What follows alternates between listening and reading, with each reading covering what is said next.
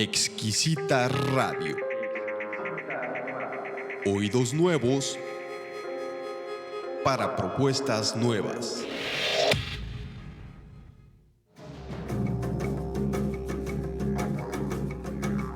Creencias religiosas, un espacio de conversación sobre las religiones y un lugar de reflexión sobre la convivencia. Este programa es producido por el Centro de Estudios Religión y Sociedad, el Departamento de Filosofía y el Cuerpo Académico Cultura, Religión y Sociedad del Centro Universitario de Ciencias Sociales y Humanidades de la Universidad de Guadalajara.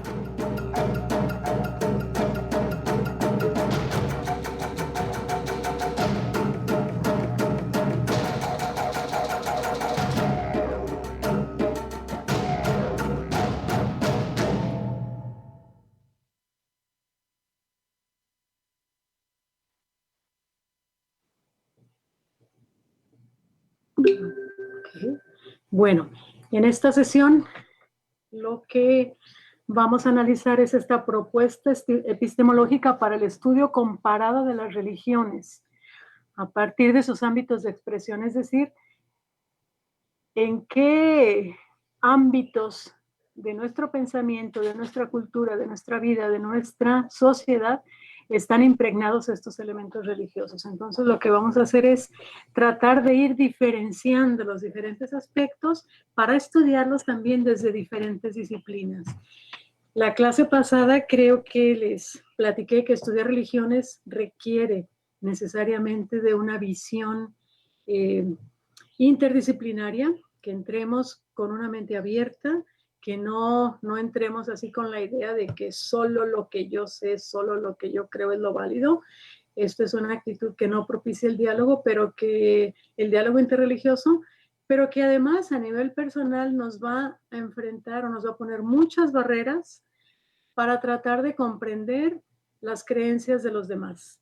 Entonces, una primera cuestión que tenemos que entender para quienes son creyentes en un Dios es pensar o tener en la mente que Dios se ha manifestado en todas las culturas, en todos los tiempos y en todas las lenguas. Esto para quienes son creyentes, y para quienes no tienen una idea de Dios o no conciben una idea de Dios, pues también entender que la parte espiritual, la espiritualidad o la relación, la necesidad del hombre de relacionarse con lo sobrenatural ha estado presente a lo largo de toda la historia de la humanidad.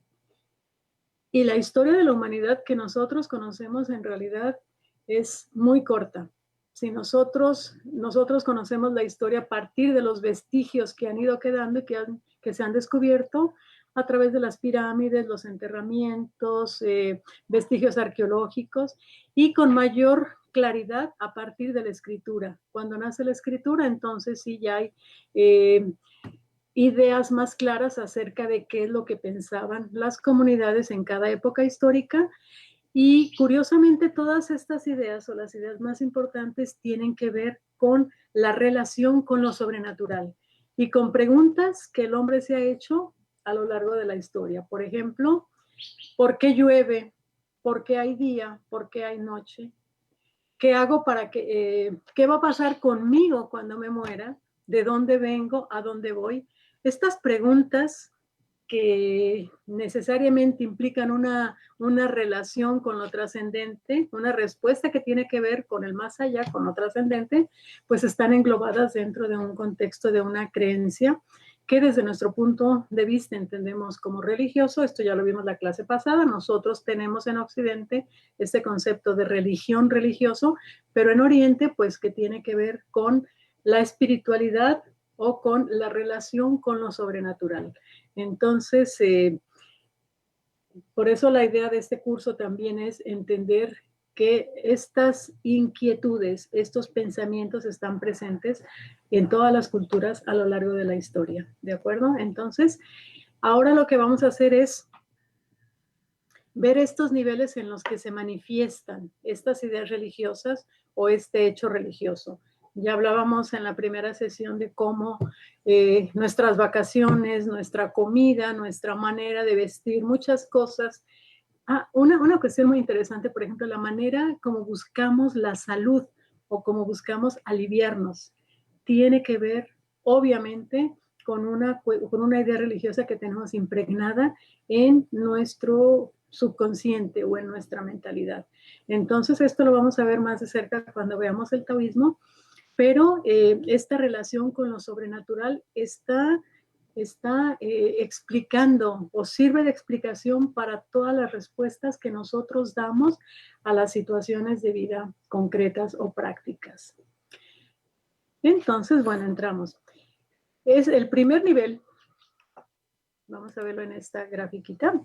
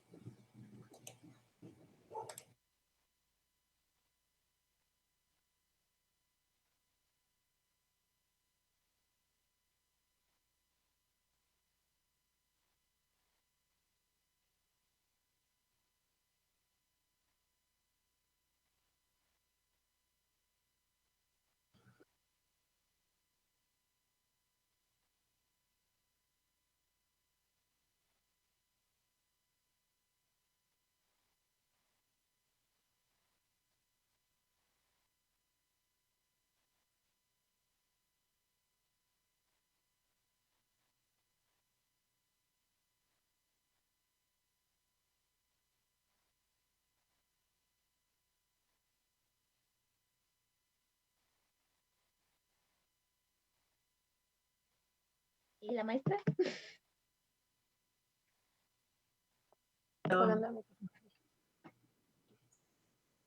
Un momentito, ahorita resolvemos este problema. Ok.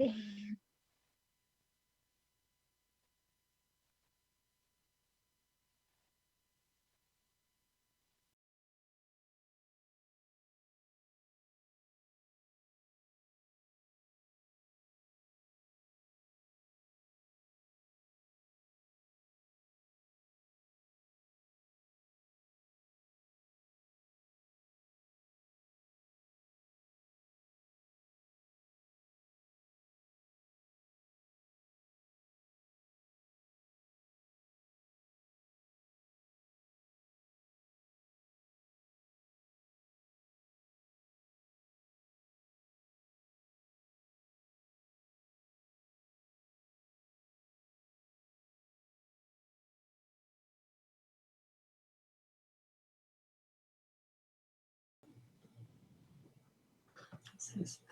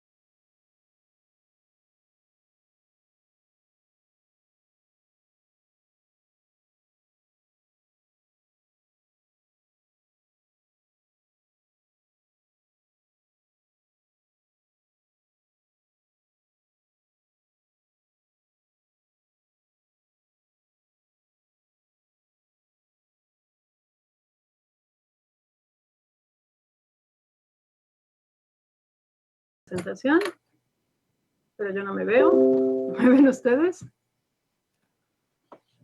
A ver. Sí, sí se va. Sí, ya se ve. Se estaba cargando. ¿Toda la presentación también? Sí, bueno, tiene que abrir la ventana de la presentación para verla. Es que dentro de la presentación y la Carlos. Bueno, entonces. Ahí sí ya se ve. Ok, bueno, entonces esto, no sé si lo empezamos a ver la clase pasada, pero es como una serie de círculos que vamos a ir armando donde están representados los diferentes niveles en que encontramos las religiones o en que se manifiestan las religiones. El primero es la fe, pero podríamos llamarlo de una manera más adecuada tal vez la espiritualidad o la mística, y este nivel se refiere a algo que todas las religiones tendrían o tienen necesariamente. Es la función de las religiones, es propiciar estos momentos de religación o de acercamiento o de conexión con aquello sobrenatural. Y esta experiencia de la religación en las comunidades o en las iglesias de la tradición abrámica, judaísmo, cristianismo, islam, se manifiesta a través de la fe, la creencia en el Dios único, la creencia en Alá, por ejemplo, o en el caso de Oriente, pues en esas expresiones de conexión con lo espiritual a través de procesos de meditación. En el caso de las religiones abrámicas, entonces hay una relación hacia afuera, hacia la búsqueda de la conexión con eso sobrenatural que está arriba, que está lejos, que está fuera de nosotros. Y en el caso del Oriente, la experiencia es buscar al interior esas características que lo sobrenatural o lo que la energía, la iluminación, estas cuestiones que, dice Oriente, tenemos dentro de nosotros y que hay que buscar dentro de nosotros. Entonces, esta experiencia de la mística, de la espiritualidad, puede vivirse dentro o fuera de las religiones. Esto es muy importante entenderlo, porque no solo las religiones deben de propiciar estos momentos, sino que también los vivimos en situaciones de la vida cotidiana. Hay personas muy espirituales, hay personas menos espirituales, pero se refiere como a estos momentos de mucha paz, de mucha tranquilidad, de mucha alegría, de conexión con cosas sobrenaturales, pero que nos están propiciando como una experiencia de paz interior, esta frase tan común en Oriente, ¿no? Entonces, esto puede darse, por ejemplo, en la música, quienes practican algún arte, en la música, en la pintura, en la arquitectura, en la danza, en el baile, es decir, en las artes es donde se manifiesta o donde se viven como estos momentos sublimes, como estos momentos donde la mente está trabajando como en un nivel, está actuando como en un nivel sutil y entonces percibe de manera diferente la realidad. Este es el nivel de la espiritualidad que todas las religiones y los no religiosos comparten como una experiencia personal y única. El siguiente nivel es el de las religiones. Sí hablamos de que las experiencias de relación con lo espiritual se han presentado a lo largo de toda la historia de la humanidad, en todas las culturas y en todas las lenguas. Estas experiencias o estas manifestaciones de relación con lo sobrenatural se han escrito en textos o en cantos o en arquitectura, en cosas de barro, en la arquitectura, en la pintura, en textos, etcétera, ¿no? Entonces, estos textos religiosos, cuando aparece la escritura y cuando se empiezan a escribir, son los que van a dar origen a los textos clásicos de las religiones que se van a empezar a difundir y a formar el centro de la creencia o el centro de la doctrina de cada iglesia o de cada religión. En este nivel tendríamos, por ejemplo, en el caso del cristianismo, a la Biblia; en el caso del judaísmo, la Torá; en el caso del islam, al Corán; en el caso de la India, a los Vedas; en el caso de budismo, del taoísmo, el Tao Te Ching, el I Ching; en el caso del budismo, el Sutra y el Tantra; y en el caso del mazdeísmo, por ejemplo, el Arda Virab.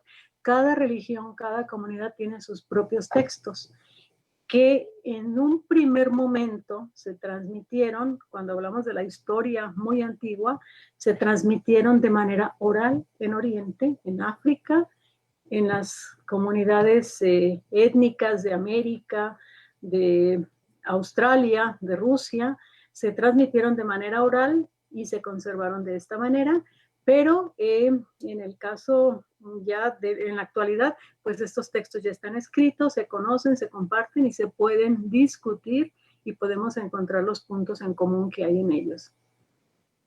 El siguiente punto es el de las instituciones. Este es el tercer círculo, es un círculo más amplio y tiene que ver con la cuestión social, política y económica. Si las religiones forman identidades, entonces esas identidades o esas personas identificadas con ciertas creencias tienden a unirse en comunidades espirituales o en comunidades religiosas. Y estas comunidades se llaman iglesias, o se llaman instituciones religiosas, o se llaman sangha en Oriente, o se llaman comunidades espirituales. Entonces, este es el nivel social en el que la religión, las creencias religiosas se expresan y que tiene que ver con la organización de los creyentes de cada religión. En este nivel encontramos muchas diferencias o creyentes que siguen diferentes maneras o practican la religión de diferente manera, y entonces aquí también vamos a encontrar problemas y conflictos dentro de cada religión, que explicaremos en un momento. Y el cuarto nivel es el de los contextos. ¿Dónde nacen las religiones? ¿Dónde se desarrollan? ¿Con quién se van relacionando? ¿Cuáles son sus tradiciones culturales? ¿En qué épocas? Y aquí pues estamos hablando de la antropología, de las fiestas, de las tradiciones, de las comidas, de la historia. ¿De acuerdo? Entonces la religión está presente en todos estos niveles y tenemos que diferenciarlos para poder estudiarlos. Estos cuadritos o estos círculos los vemos ahora de manera ya articulada con las religiones más importantes. Aquí tenemos, por ejemplo, el centro de la fe, lo que explicábamos, la espiritualidad. Aquí está dicho fe, tal vez espiritualidad sea lo mejor. Y luego tenemos las diferentes religiones. En el tercer círculo, las divisiones de los creyentes de cada religión en diferentes iglesias o en diferentes corrientes. Y finalmente, el último círculo, el cuarto, donde están ubicados. En el primer círculo, como hablamos de experiencias espirituales, experiencias místicas, lo que vamos a encontrar es que en este nivel o en este círculo, en la mística religiosa o en la mística religiosa o no religiosa, hay creyentes o miembros de las diferentes comunidades o de los diferentes países que experimentan esta vivencia de la espiritualidad de manera muy profunda. Lo encontramos en todas las religiones y en todos los países y en toda la historia. Y esta vivencia de la espiritualidad es tan fuerte que no hayan manera de expresarla. Y la manera mejor de expresarla no es a través de un discurso, sino a través del arte. Y aquí tenemos, por ejemplo, en el Islam a los sufis, en el judaísmo a los hasidis, en el cristianismo a los místicos cristianos, esto por hablar del Oriente y de las religiones abrámicas en Oriente es de otra manera porque aquí es como más extendido el asunto, pero los místicos de estas tres religiones lo que hacen es tratar de expresar esa vivencia de la espiritualidad tan fuerte y no encuentran palabras. Entonces lo que hacen es decirlo de manera poética. Y a ustedes, alumnos de letras, pueden estudiar la poesía mística, por ejemplo, y si estudian a Santa Teresa o leen los poemas de San Juan de la Cruz y los comparan con los poemas de Rumi o de los sufis del Islam o de los hasidis del judaísmo o de las ideas del budismo, del taoísmo, del hinduismo, se van a dar cuenta de que están hablando de lo mismo. Están diciendo lo mismo y muchas veces hasta utilizan las mismas metáforas para referirse a algo que tiene que ver con la relación con lo sobrenatural y que no tiene otras palabras para expresarse. Entonces la poesía mística de las diferentes tradiciones es muy similar. Es muy similar y también tiene mucha comunicación. Tiene las mismas imágenes, imágenes similares de lo espiritual, la vivencia de un amor como muy profundo, muy fuerte, que a veces se puede malinterpretar. Por ejemplo, los poemas de San Juan de la Cruz, si ustedes lo leen, pues es de un erotismo tremendo. Y yo estoy contigo, mi amado, y entonces en realidad si los lees sin entender esta cuestión, pues lo que te vas a encontrar es un poema erótico, pero no se trata de eso, se trata de que el autor está tratando de encontrar experiencias, vivencias, palabras con las cuales expresar o tratar de expresar lo que está viviendo en la vivencia de la espiritualidad profunda o en la vivencia de estos momentos de la mística, ¿sí?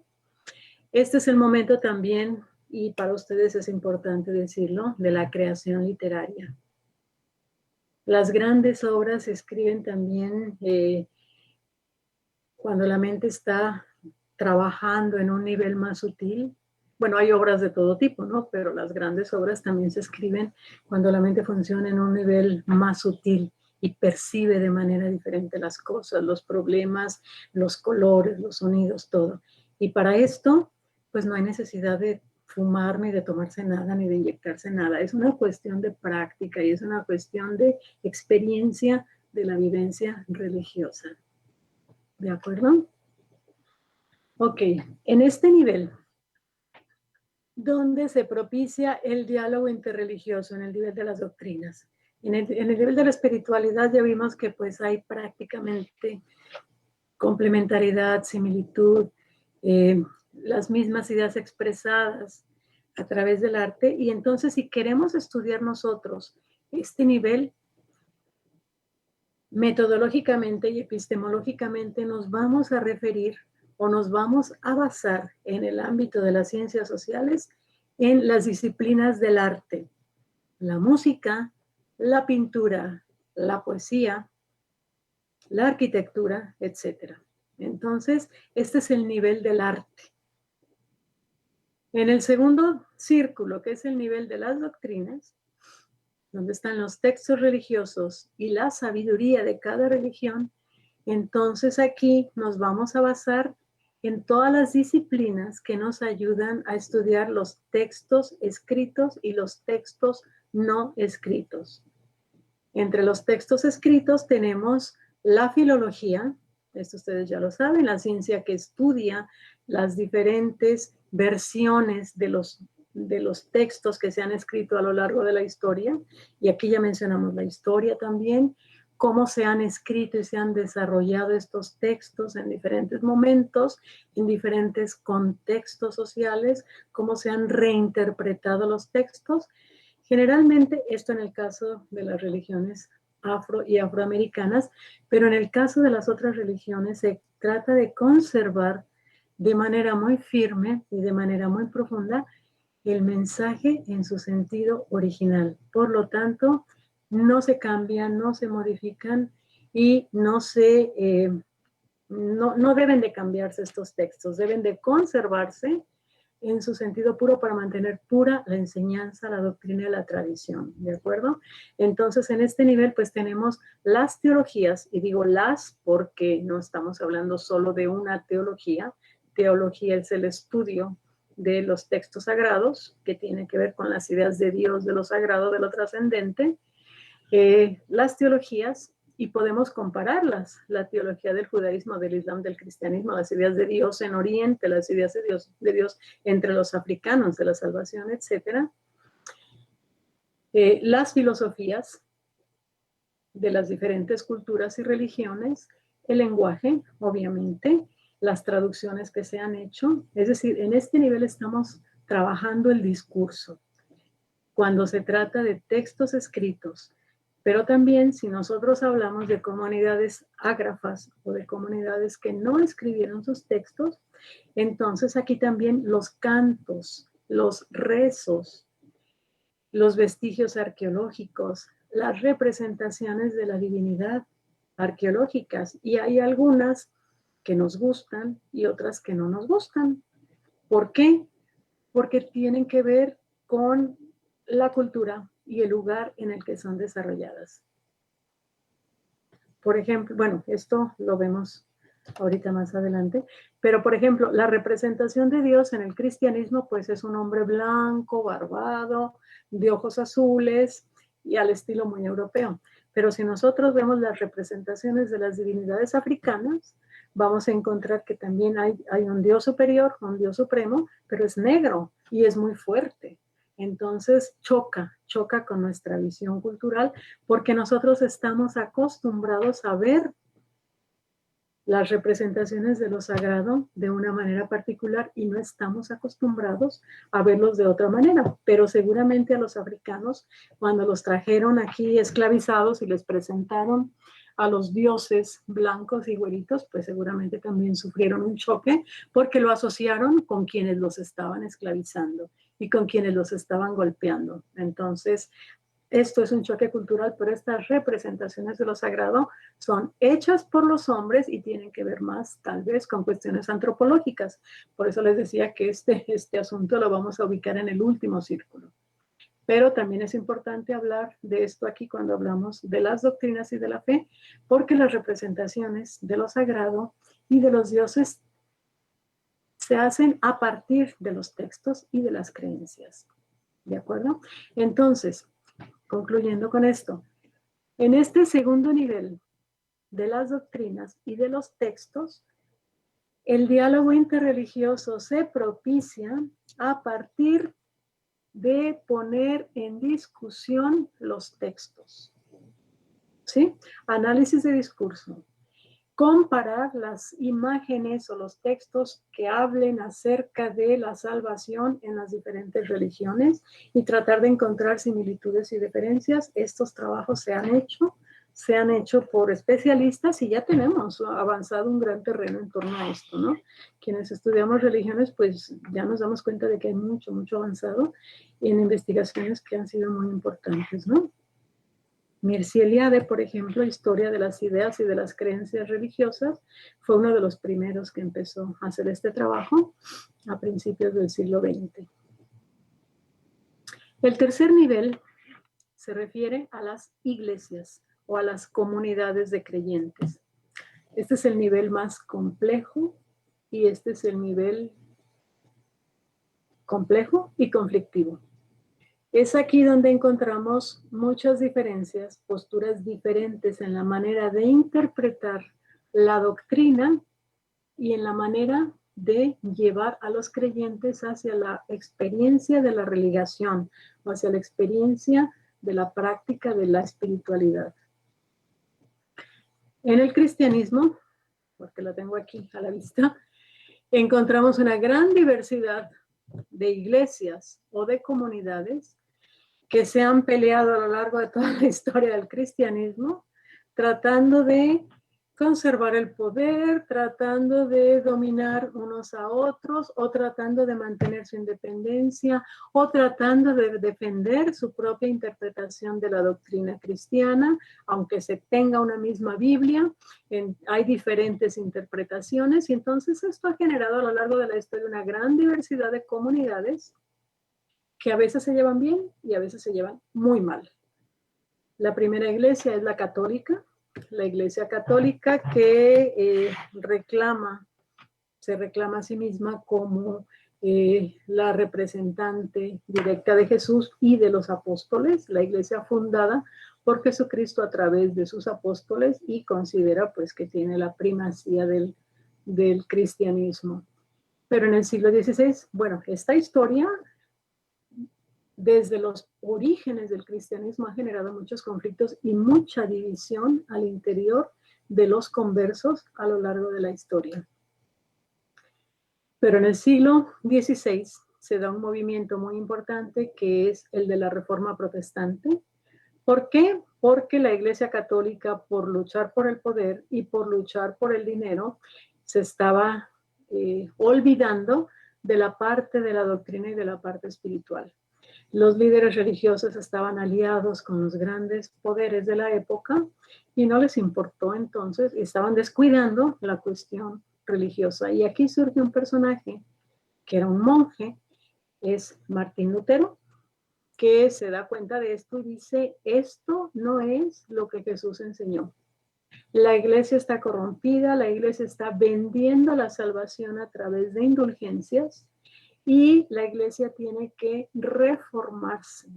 Lutero no quería crear ninguna iglesia aparte, Lutero quería reformar a la iglesia católica.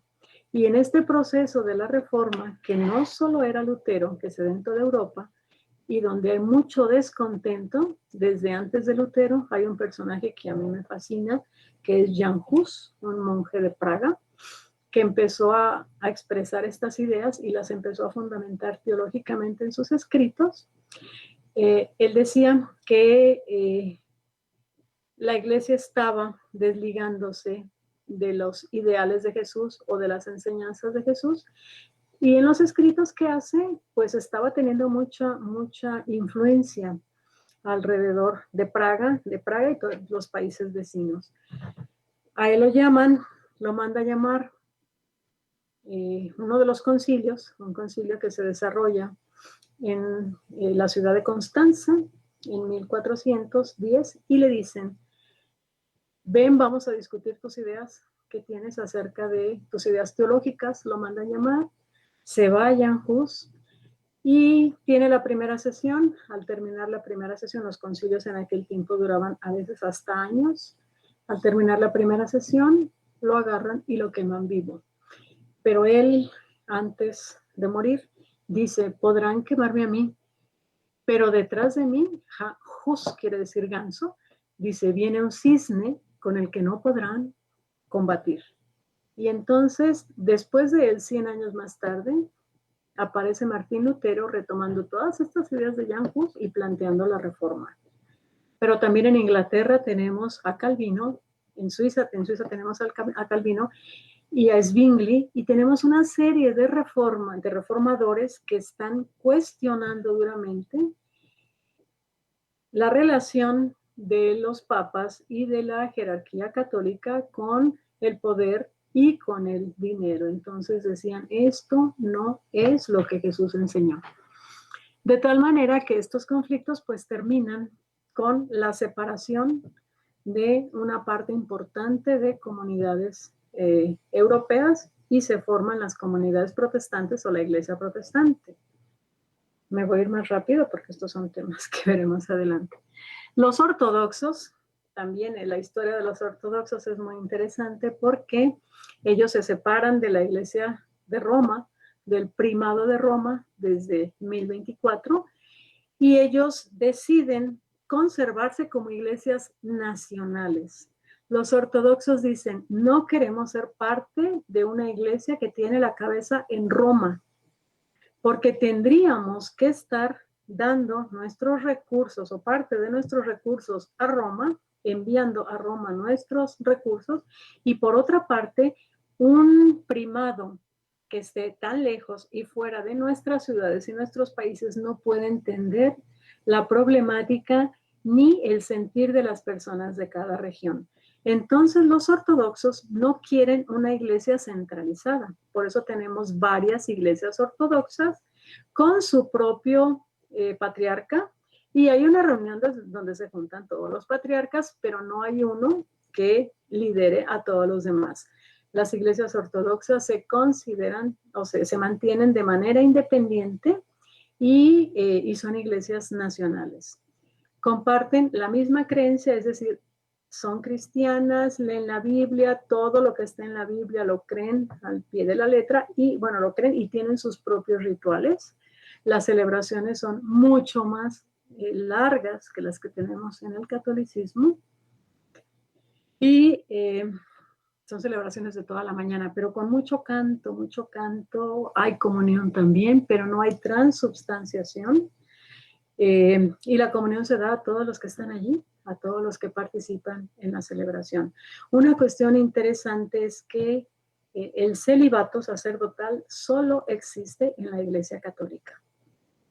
Si ustedes van a Estambul o van a Grecia, donde la predominancia es las iglesias ortodoxas, se van a encontrar con sacerdotes ortodoxos vestidos de negro, con su esposa y el bebé paseando el carrito y le dan el biberón al bebé y viven una vida normal.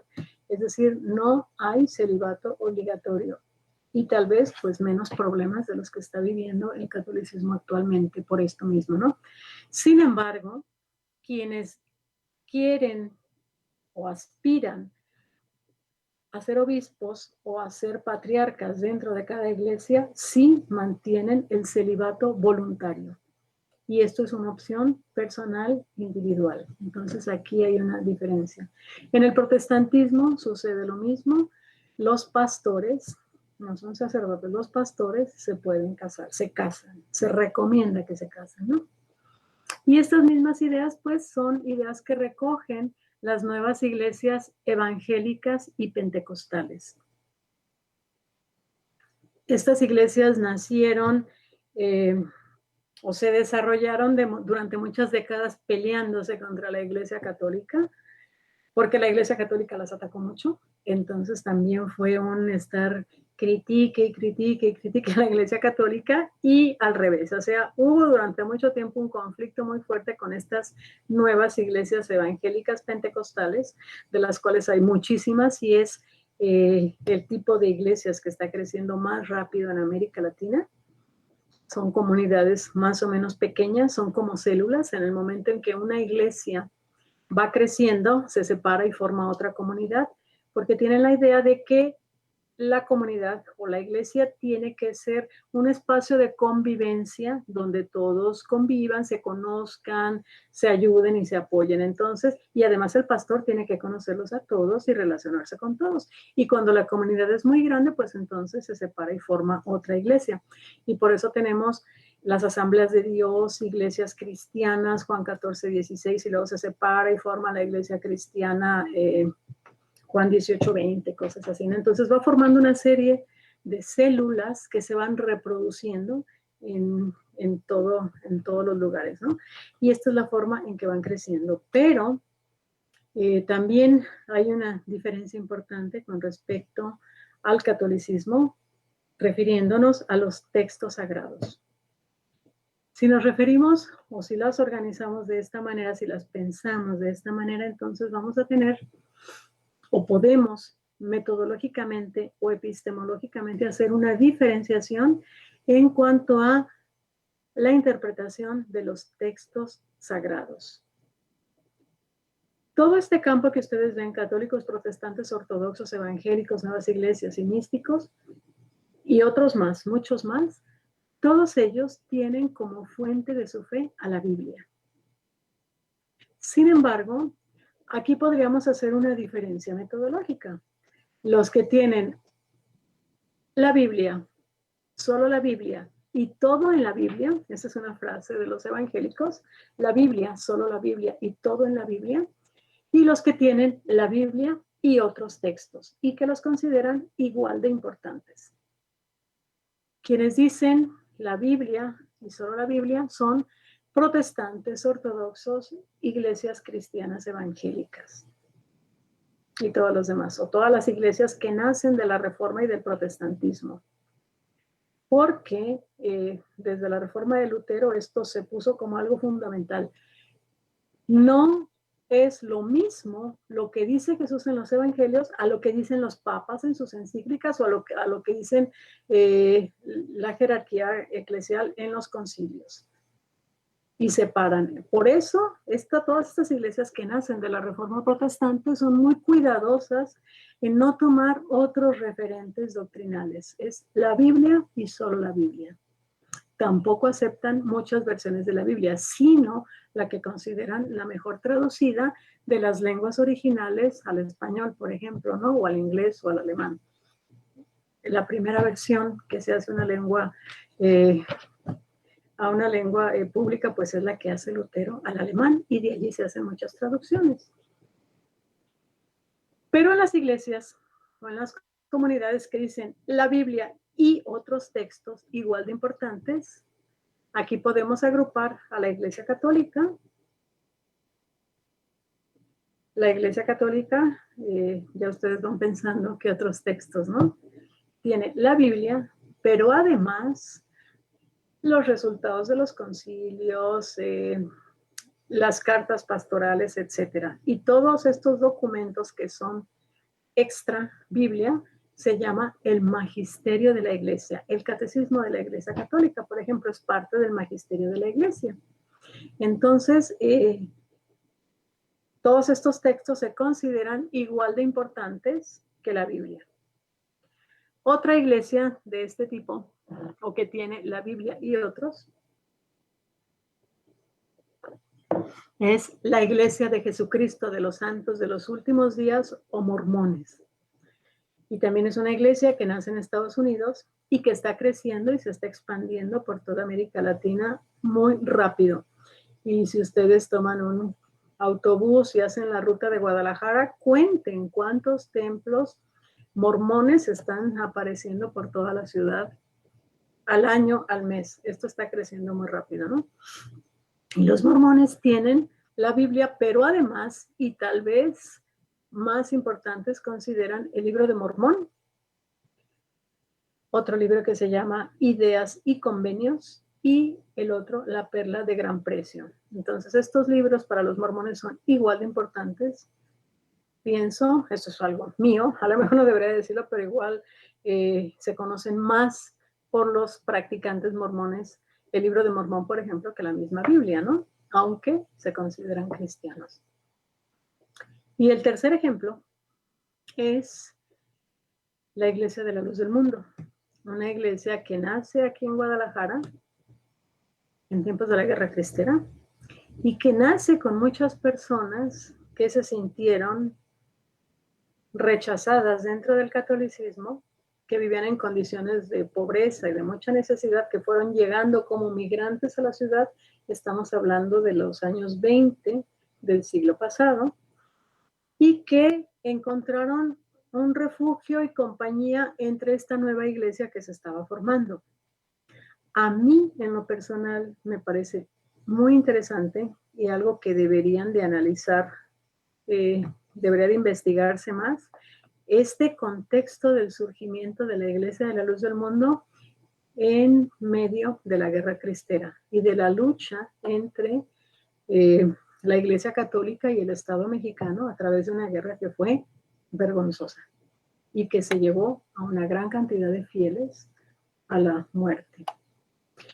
Entonces, bueno, la Iglesia de la Luz del Mundo, mi perspectiva personal es que toma mucho de lo que fue la manera como se organizó, la manera como se organiza el ritual dentro del templo, la separación, por ejemplo, de hombres y mujeres, el uso del chal o del velo dentro de la iglesia de las mujeres, el uso de falda larga. Todas estas cuestiones no se las inventó la Iglesia de la Luz del Mundo. Así era la cultura de la época. Así se vestían las mujeres en los años 20, 30, 40, 50 y 60. Y así se iba a misa hasta los años 60, hasta el Concilio Vaticano II. Todas las mujeres tenían que entrar con un chal a la iglesia. Entonces, y los hombres de traje.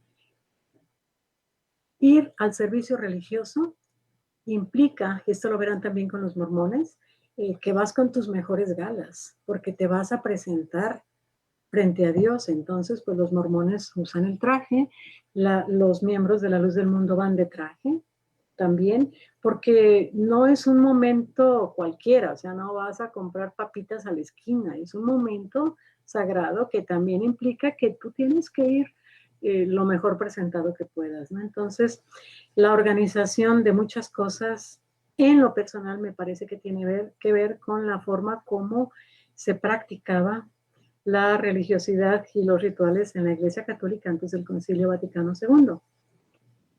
Y los textos que la Iglesia de la Luz del Mundo incluye dentro de su propia versión de la Biblia son, bueno, ustedes conocen la Biblia, la estructura de la Biblia, Antiguo Testamento, Nuevo Testamento, y aquí tenemos los evangelios y las cartas de los apóstoles. Y en esto de las cartas de los apóstoles han incluido las cartas del apóstol Samuel Joaquín, el anterior líder de la Iglesia de la Luz del Mundo, que escribió muchas cartas a los miembros de la Iglesia en todo el mundo y que se consideran, como él se considera apóstol de Jesucristo, y esto ustedes lo van a encontrar si van al templo, apóstol de Jesucristo, Samuel Joaquín, apóstol de Jesucristo, todos los líderes son apóstoles de Jesucristo. Entonces sus escritos también se consideran escritos sagrados y por lo tanto se incluyeron en su versión de la Biblia como parte también del libro sagrado.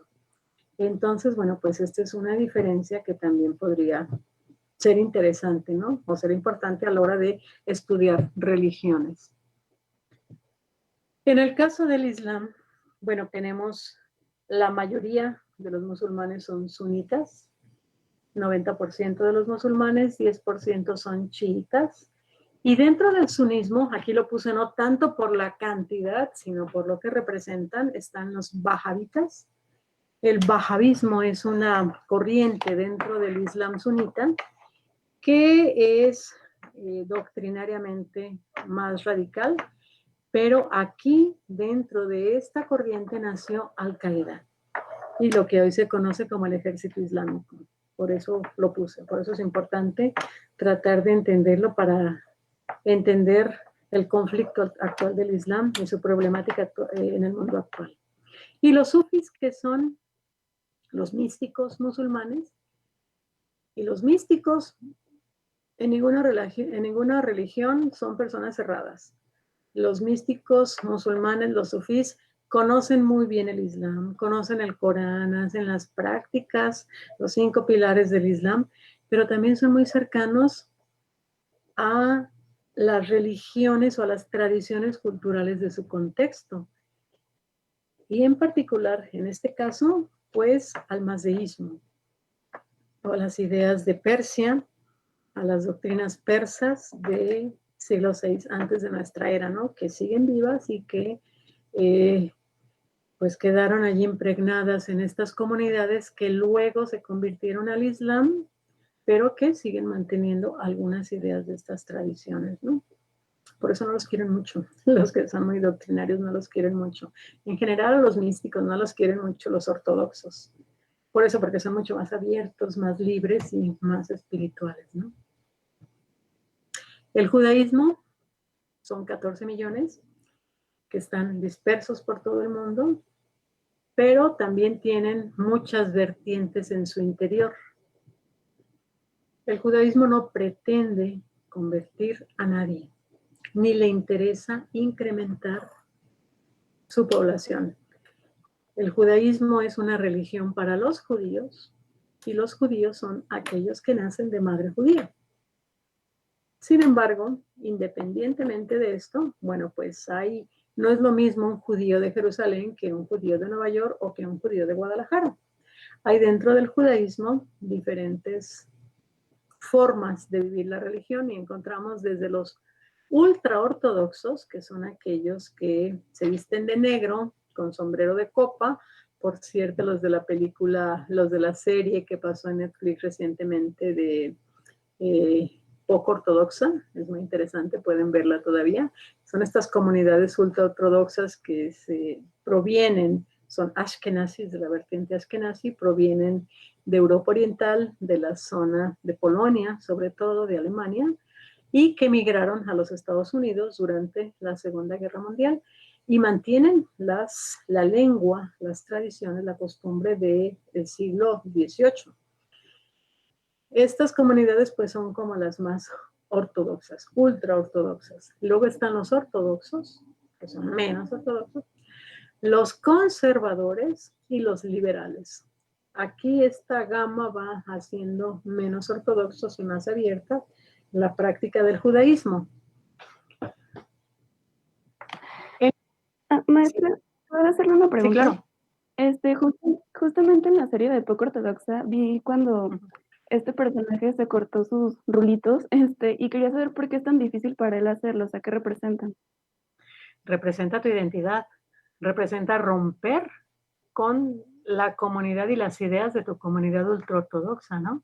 Porque esto de los rulitos, pues es la identidad de ellos mismos, de su comunidad. Y te fijas que también sale un personaje que es así como el que lo acompaña a Berlín después. Creo que es él. O alguien, pues, que que también se cortó el pelo, pero después se lo deja crecer. Se lo deja crecer porque regresa a la comunidad y tiene que identificarse. La vestimenta, el corte del pelo, la apariencia es muy importante en la identificación de estos grupos, ¿no? Y bueno, a mí una cosa que me impactó en esta serie fue el momento en el que ella se casa o la casan y creo que es después de la boda, ¿no? La rapan. Sí.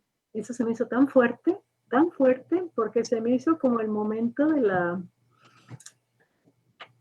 pues del demostrarle a la mujer de que aquí te tienes que someter, ¿no? Como la expresión máxima del sometimiento de la mujer, ¿no? Ya te casaste y ahora así va a ser, ¿no? Eso se me hizo muy fuerte y la actriz pues en realidad lo representa muy bien porque empieza a llorar, ¿no? Empieza pues a decir, a vivir esta experiencia de la sumisión de la mujer dentro de la comunidad judía, ¿no? Y también tenía otra duda ahí. En el momento en el que rezan, vi que se amarran algo en el brazo. ¿Eso qué representa? Todas las oraciones, toda la vestimenta, todo lo que hacen los judíos tiene un significado. Eso lo veremos en el judaísmo. Toda la vida de los judíos está perfectamente regulada a través de la Torá, particularmente en el libro del Levítico. Los baños rituales que le hacen a la novia, por ejemplo, antes del matrimonio, todo el día, todos los momentos del día y todo el año, todo está perfectamente regulado. Y como todo está regulado, pues hay comunidades como los ultraortodoxos que siguen todas estas reglas y hay comunidades que dicen, ¿qué les pasa? No, yo ya no hago todo esto. Esos son como los más liberales. Y es también un gran porcentaje de judíos quienes ya no, pues no siguen estos rituales, ¿no? A propósito del judaísmo, antier se celebró el Año Nuevo, una fiesta muy importante que es el Rosh Hashanah, que es el Año Nuevo judío, el nacimiento del Año Nuevo judío, ¿no? Entonces, Shana Tova para todos. Y es el año 5781 el que vive el judaísmo. Ok, gracias. De nada. Maestra, ¿Sí? por lo mismo de la serie, hay una parte en donde se ve que en sus casas, en las puertas, tienen como una ramita y cuando entran la besan con la mano. Entonces, Sí. ¿por qué hacen esto? ¿Qué representa esa ramita? No sé cómo se llama. Sí, ahorita el nombre no lo tengo aquí en la cabeza, pero lo que está no es solo la ramita, sino, el nombre se me fue, pero luego se los digo. En las puertas, arriba de las puertas hay generalmente una cajita donde está escrita una frase del Antiguo Testamento, que es una alabanza a Dios. Entonces, cada que llegan, no solo es la ramita, sino que tocan, ¿te fijaste que tocan? Y no se hacen alguna seña, ¿no? Pero entras o sales de un lugar, entonces te encomiendas a Dios, a Yahvé, ¿sí? Pero lo que está allí no es la ramita, es un texto del Antiguo Testamento, una alabanza. Mesusa, creo que sí, primitivo. Ahorita no la tengo en la mente. Mesusa, puede ser. Gracias. Ajá. ¿Algo más? Ah, creí que sabías mucho. Ok. Gracias. ¿Algo más? ¿Seguimos? Bueno.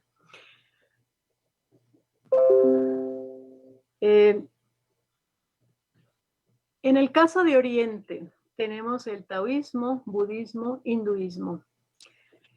Y dentro del taoísmo tenemos dos grandes vertientes, los taoístas y los confucionistas. En realidad el confucionismo está basado en el taoísmo, no hay tanta diferencia, pero actualmente se conciben dentro de la política o dentro de la organización china como comunidades de creyentes diferentes, taoístas o confucionistas. Por eso en las estadísticas ustedes encuentran confucionistas tantos, taoístas tantos, pero taoísmo es como la doctrina, la disciplina, ¿sí? Las ideas que están dentro del taoísmo.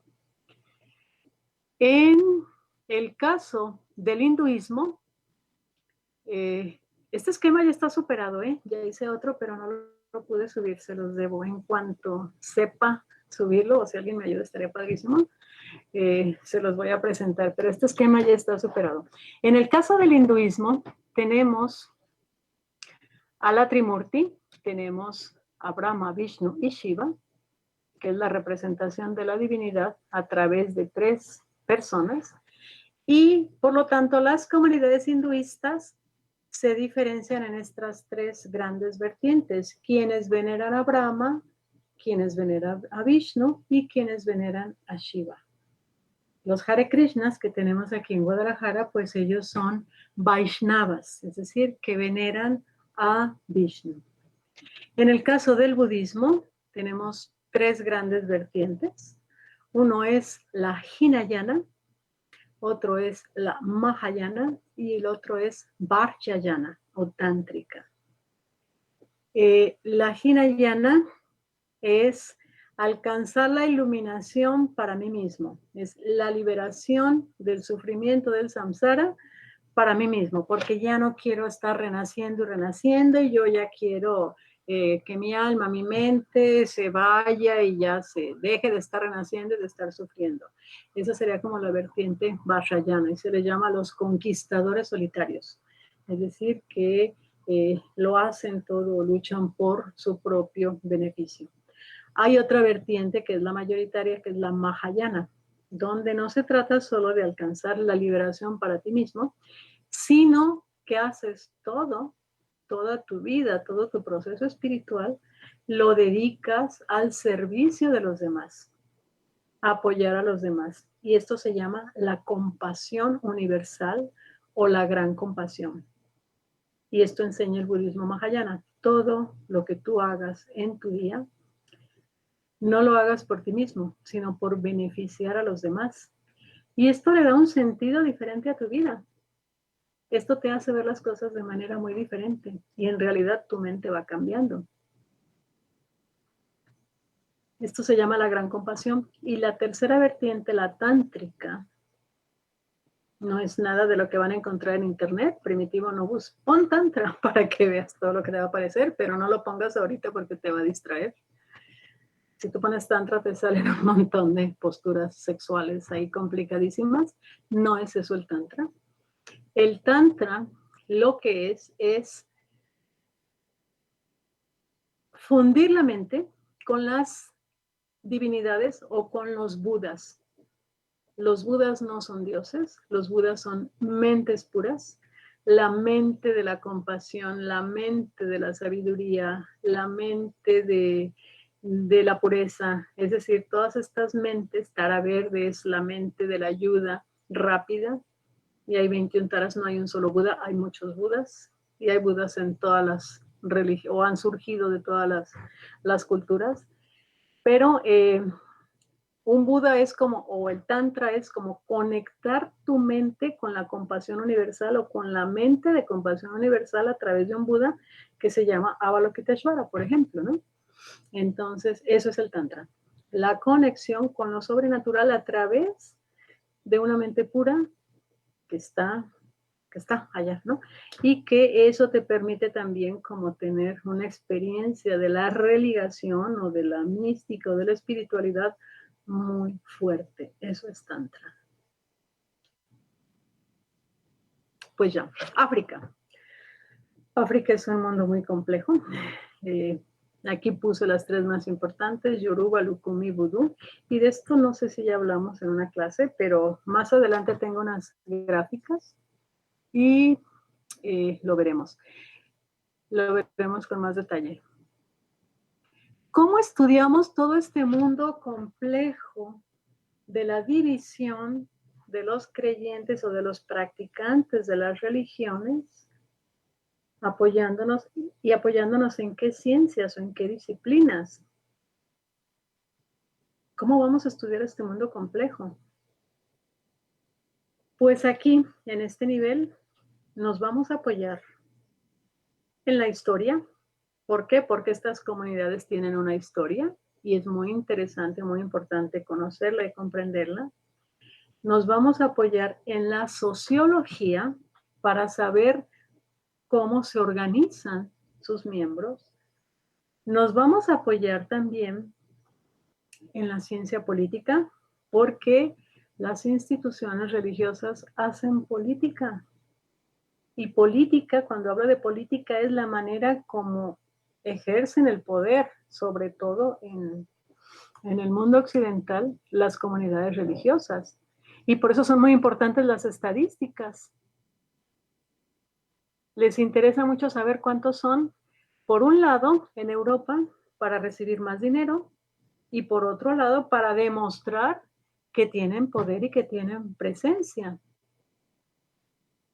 que son importantes políticamente o que pueden ser también una amenaza para un gobierno que no los tome en cuenta. Entonces, las comunidades religiosas hacen política y esto lo estudia la ciencia política. Las comunidades religiosas tienen relaciones internacionales, entonces también tenemos que apoyarnos en todas estas disciplinas que estudian los alumnos de relaciones internacionales. Y también manejan dinero. También tenemos que estudiar economía o apoyarnos Está en usted economía escuchando para ver Creencias cómo consiguen sus Religiosas. recursos, cómo los distribuyen, etcétera, ¿no? Entonces, bueno, cuando estamos hablando de este nivel, pues nos apoyamos en estas disciplinas científicas que estudian también a todas las comunidades humanas, porque finalmente las comunidades religiosas son también comunidades humanas, que negocian, que pactan, que manejan dinero, que forman lazos de solidaridad, que se pelean, que se ayudan, que se apoyan, etcétera, ¿no? O que forman también identidades. Esto lo veíamos ya en la clase pasada. La antropología estudia esto, ¿no? Cómo van formando lazos de unidad. Un ejemplo muy interesante es el de la Iglesia de la Luz del Mundo, que se cuestiona mucho, ¿no? Todo el mundo habla de la luz del mundo, ¿no? Pero debemos de conocerla más para conocer también qué es lo que la mantiene y qué es lo que esta iglesia aporta también al conocimiento de nuestra sociedad y de las otras iglesias. Y una cosa que a mí siempre me ha llamado la atención es la solidaridad que hay entre sus miembros. Y cuando nosotros hemos ido a visitar el templo, pues la verdad es que nos tratan muy bien y a todas las personas que van, hermano, venga, pase, tome, ¿no? Y esa solidaridad que se tiene todavía en algunas comunidades religiosas, pero que en otras se ha perdido, a veces se convierte como en un punto de conflicto, ¿no? Y por qué comulga si lo he visto que es malo, ¿no? Cosas así, ¿no? Se convierte como en vez de solidaridad, se convierte como en algo negativo, ¿no? Pero las comunidades religiosas tienen esta función, unir a sus miembros, apoyarse entre ellos. Esto es de realizarse más dentro de estas comunidades. Los mormones también son muy solidarios entre ellos, las iglesias evangélicas, etcétera, ¿no? En el mundo oriental a estas comunidades no se les llama iglesias, se les llama sangha. Y sangha es una comunidad espiritual, no es una comunidad económica ni una comunidad para vivir entre ellos. Aquí sí hay una diferencia entre Oriente y Occidente porque tal vez el único estado budista, país budista sea Bután, pero el budismo no busca tener el poder, ni busca influenciar en el poder, ni tener, o sea, el budismo se maneja en el mundo espiritual, tratando de desligarse de la política y también tratando, o sea, no debe de haber de todo como en todo, ¿no? Pero no es el punto, pues, crecer económicamente, ni crecer, ni tener influencia política. El punto es desarrollar comunidades espirituales. Esta es la diferencia. África, lo vemos ahorita porque necesitamos imágenes. Esto es muy complejo. ¿Alguna pregunta hasta aquí? ¿Seguimos? Sí, todo bien. Ok. Bueno, aquí tenemos algunas imágenes del taoísmo. Esto lo vamos a ver ya la próxima clase. Él es Confucio o una representación de Confucio. Su historia es muy bonita. nació viejo, de madre virgen, su madre fue virgen antes, durante y después del alumbramiento, y nació sabio. Viejo en China quiere decir sabio, ¿no? Este es el libro del Tao Te Ching, y me gustaría que ustedes, de letras, como reseña para la siguiente clase, o tal, sí, para la siguiente clase ya puede ser. Tienen ahí dos textos. Uno es el I Ching, donde se habla, son los primeros capítulos de la edición de Richard Wilhelm, donde se habla de la historia del I Ching y qué es este libro de las mutaciones. Y la otra lectura que tienen propuesta es el Tao Te Ching de Lao Tse. El Tao Te Ching son una serie de poemas, pero de una sabiduría muy profunda. Entonces, uno de sus ejercicios puede ser que seleccionen 3 poemas y que traten de interpretarlos, ¿sí? Eso sería muy interesante conocer cómo los interpretan, ¿no? Porque en estos poemas, cada renglón, cada verso tiene una sabiduría profundísima, impresionante. Entonces, a mí sí me gustaría ver cómo los entienden ustedes, ¿no? Entonces, eso puede ser su tarea. Lo que tenemos en esta diapositiva, pues es ahí en China, en uno de los templos de Beijing más importantes, la práctica del Tai Chi. Taoísmo quiere decir energía.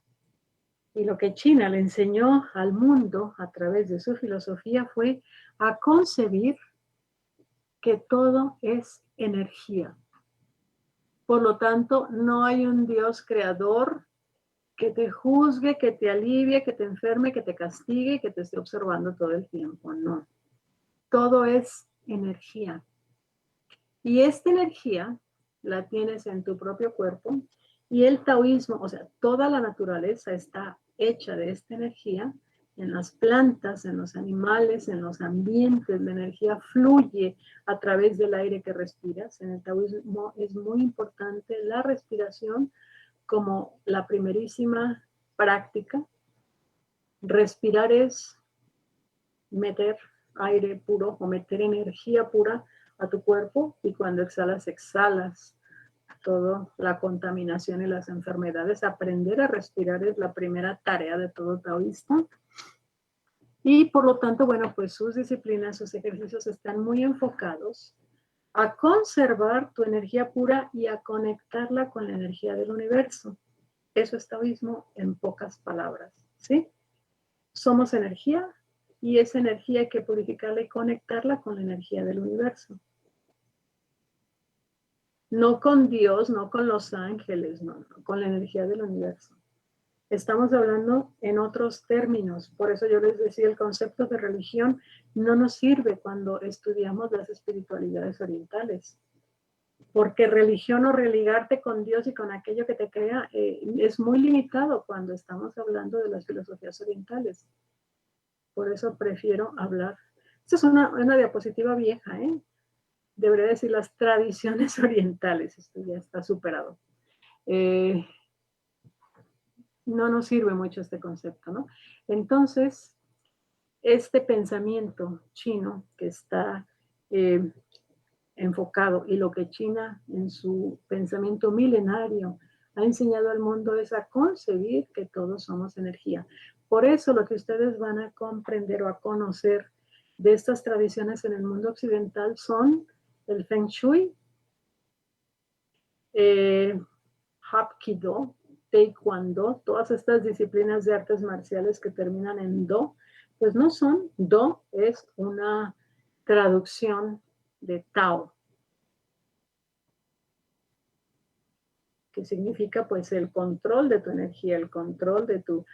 No sé si ustedes han ido a practicar estas disciplinas del karate o Hapkido, pero no se trata de que mates al otro, ¿no? A través de golpes donde son los puntos clave, ¿no?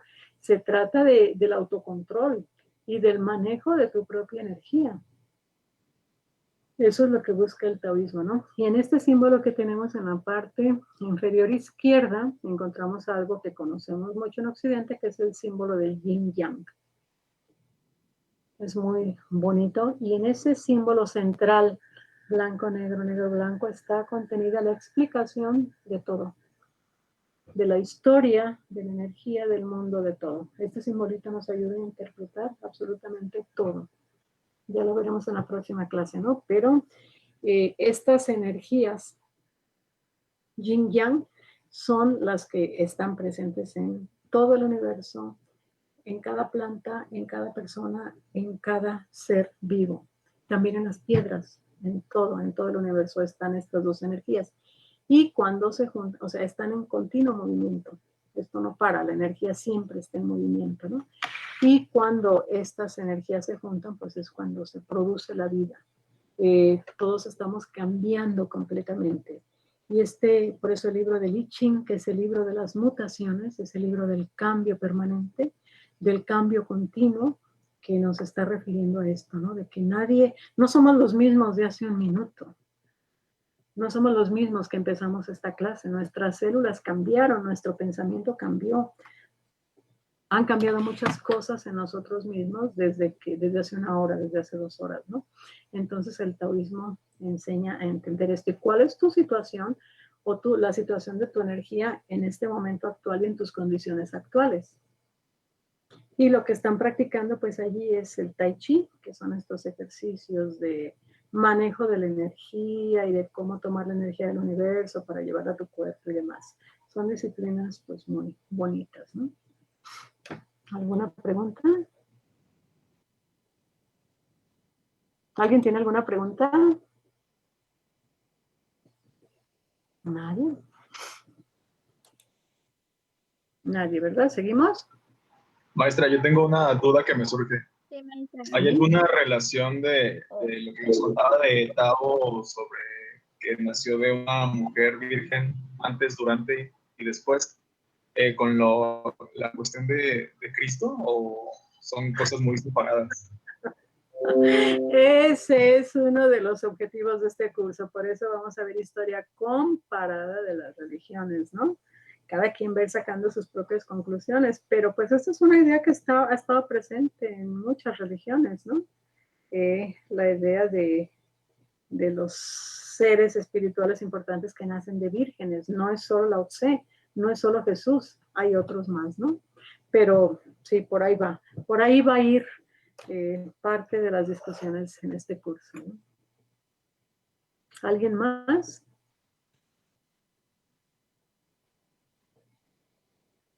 ¿Seguimos? Ok.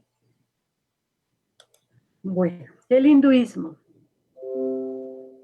El hinduismo es fiesta, color, pero también es renuncia, también es una mística muy fuerte, muy profunda. Y el hinduismo es una religión muy abierta, muy libre, muy variada. Pero en medio de toda esta amplitud, diversidad que encontramos en el hinduismo, hay también puntos centrales que todo hinduista considera, cree o vive. Generalmente se piensa que el hinduismo es politeísta. ¿Se acuerdan de cuando vimos los paradigmas que hay que romper? Lo veremos en su momento, pero en cuanto a las comunidades, la diferenciación de comunidades, o sea, ¿cómo podemos diferenciar a los hinduistas? Hay 3 grandes vertientes y dependen de esta figura que tenemos de la representación de la divinidad o de la Trimurti que tenemos arriba a la izquierda. Aquí tenemos representado al centro a Brahma, que es el Dios creador. Perdón. Brahma a la izquierda, Dios creador. ¿Y por qué? Fíjense, la iconografía hinduista es muy interesante, muy interesante. Este Brahma observa todo y es omnipresente. Tiene muchas características que luego se le atribuyen al Dios cristiano, ¿no? Pero cómo lo representan los hinduistas es muy bonito, ¿no? Con muchas caras que observan hacia todos lados. Entonces Brahma es el creador y el que todo observa. A la izquierda tenemos a Shiva. Shiva es el que destruye. Shiva es la representación o la manifestación de la divinidad que se dedica o que es el responsable de la destrucción, de la erupción de los volcanes, del movimiento duro o fuerte de las olas en el mar, de la muerte, de los tsunamis, de todas estas manifestaciones de la naturaleza que tienen que ver con una energía que destruye. Pero ¿por qué esta energía que destruye se le atribuye a la divinidad? Porque si no hay destrucción, no hay renovación. Si los volcanes no explotaran, entonces el centro de la Tierra sería un hervidero, ¿no?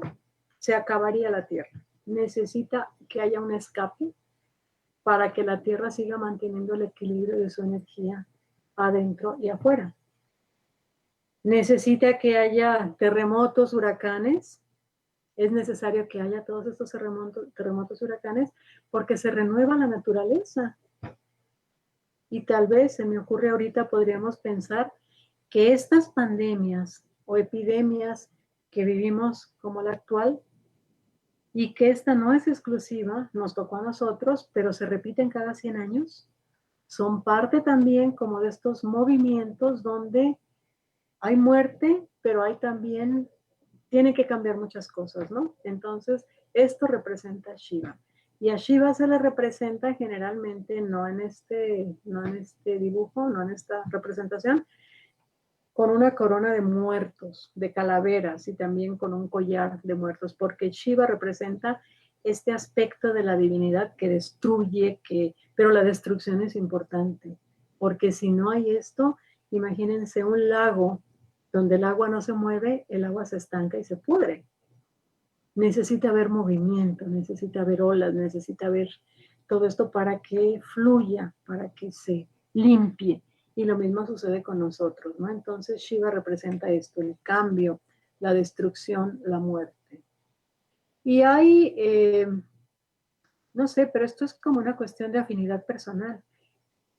¿Con quién te identificas más? ¿Con Brahma, con Shiva o con Vishnu? Vishnu es el conservador, el pacífico, el que trata de llevarse bien con todos. Y Vishnu es el que después de esta destrucción busca la conservación o ayuda a la conservación, a la paz, ¿no? Entonces, bueno, pues estas tres representaciones o fuerzas de la divinidad están representadas en el hinduismo a través de la Trimurti. Y aquí van a hacer otra pregunta, pero mejor escríbanmela en sus comentarios. Lo vamos a ver más adelante también con más detenimiento. Pero las comunidades hinduistas entonces se diferencian por la afinidad de los creyentes y los practicantes a alguna de estas tres fuerzas o manifestaciones de la divinidad. Hay quien es más pacífico y se identifica con Vishnu, y en este grupo, dentro de ellos, pues están lo que tenemos abajo, a la izquierda, que son las comunidades Vaishnavas, y en particular los Hare Krishnas. Estas comunidades que hay aquí en Guadalajara y que formadas por Bhaktivedanta Swami Prabhupada, que es este personaje que tenemos aquí, al cual está dando una enseñanza y se le reverencia por sus seguidores, pero es el fundador de ISKCON, o la Sociedad Internacional para la Conciencia de Krishna. Es el fundador de los Hare Krishnas, por eso se les conoce como Hare Krishnas, porque cantan en la calle Hare Hare, Hare Rama, Hare Rama, Rama Rama, Hare Hare, Hare Krishna, Krishna, Krishna, Hare Hare. Entonces se les conoce a través de esta canción como los Hare Krishna, ¿no? Y bueno, además dentro del hinduismo, pues cualquiera, de aquí se derivan un montón de divinidades, o cada quien puede hacer la representación de su divinidad. A mí me gusta, por ejemplo, me identifico con Vishnu, pero yo lo voy a representar como a mí me guste. ¿Sí? Entonces cada quien va haciendo, el hinduismo es muy libre y no está centralizado. ¿Alguien iba a decir algo? ¿No? Ok.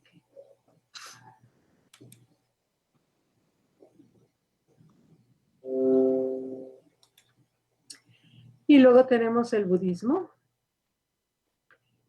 El budismo, pues, surge posteriormente al taoísmo y al hinduismo. En el caso del taoísmo y el hinduismo estamos hablando de religiones milenarias, ancestrales, de las cuales conocemos su historia en el momento en el que aparece la escritura o se empiezan a escribir sus textos, y más particularmente a partir del siglo VI antes de nuestra era.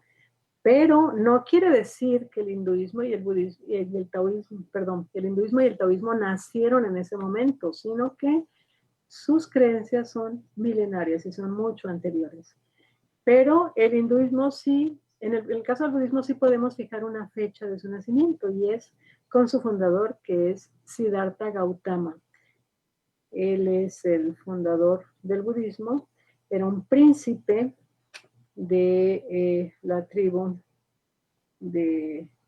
era un príncipe del norte de la India, de Nepal, que vive rodeado de muchos cuidados dentro de su palacio, pero que él toma la decisión de conocer el mundo, conoce el sufrimiento, la muerte, el sufrimiento, la enfermedad, y decide: yo no puedo quedarme aquí encerrado, yo tengo que alcanzar la liberación para ayudar a todos los seres sintientes. Y esta idea que les platicaba, que es la gran compasión dentro del budismo, pues es da origen a una nueva comunidad religiosa, una nueva comunidad espiritual, que es la budista, ¿no? No hay un solo Buda. Buda quiere decir iluminado, su nombre era Siddhartha Gautama, pero Buda quiere decir iluminado, es decir, alguien que alcanzó la iluminación, que purificó tanto su mente y que a través de todo esto enseña, o su enseñanza más importante, lo que él quiere enseñar a todos es que tenemos que romper este ciclo de renacimientos en el samsara y alcanzar la iluminación. ¿Cómo lo vamos a hacer? Pues hay 84,000 enseñanzas de Buda que te van a ayudar a esto, ¿sí? El personaje que tenemos aquí arriba a la derecha es Geshe Kelsang Gyatso Rinpoche. Él es un monje budista tibetano que se le encomendó la tarea de enseñar el budismo en Occidente cuando China invade el Tíbet y mata y expulsa a todos los monjes de los monasterios. Salen estos monjes, ¿y qué es lo que toman? Lo que sucede en cualquier guerra, en cualquier conflicto. Los monjes lo que hacen es tomar sus escrituras sagradas y sus reliquias y conservarlas. Las escrituras budistas están escritas en rollos, no en libros ni en tablitas como en China, no en rollos a veces en papiros o en papeles, y estos rollos los ocultaron y los protegieron, y las reliquias están guardadas en estupas, de tal manera que dijeron que destruyan los monasterios, no importa, lo que tenemos que conservar son todas estas enseñanzas y nuestras reliquias. Y se van a muchos lados, se van sobre todo al norte de la India los recibe. Allí está el Dalai Lama, que es entonces el representante político de la comunidad tibetana, y pues se enfoca a lo político. ¿Se acuerdan que decíamos que meterse en la política implica también descuidar muchas cosas espirituales? Bueno, pues le toca ese papel al Dalai Lama, pero a Geshe Kelsang Gyatso, que es contemporáneo del Dalai Lama, le encomiendan que difunda las enseñanzas en Occidente.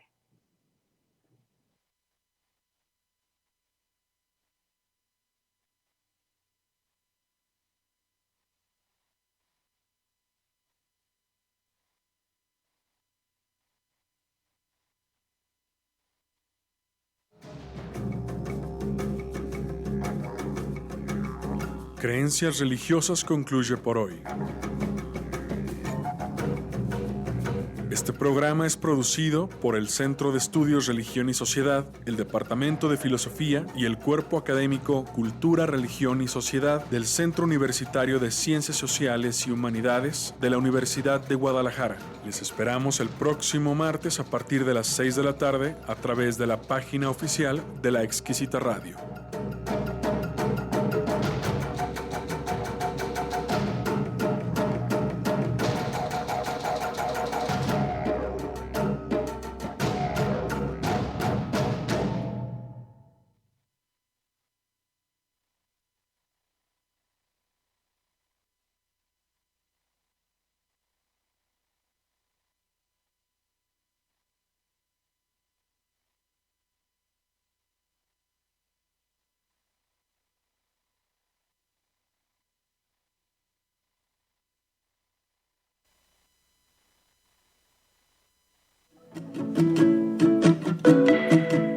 Si necesitas productos para regalos o uso personal, en Variopinto te ofrece y garantiza artículos de calidad a buen precio e indudablemente bonitos. Síguenos en Facebook como en Variopinto.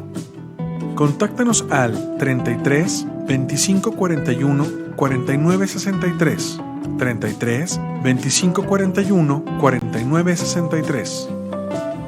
En Variopinto, el lugar de la diversidad.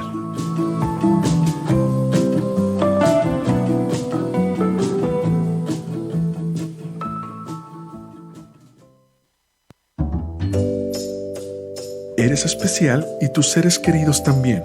Regálate y regala amor a través de Ayla Muñecas Artesanales. Diseños personalizados elaborados en La Piedad, Michoacán, de México para el mundo. Haz contacto en Facebook como Ayla Muñecas Artesanales o envía WhatsApp al 3525 29 04 97. 3525 29 04 97. Ayla Muñecas Artesanales. Un detalle único de amor creado para ti.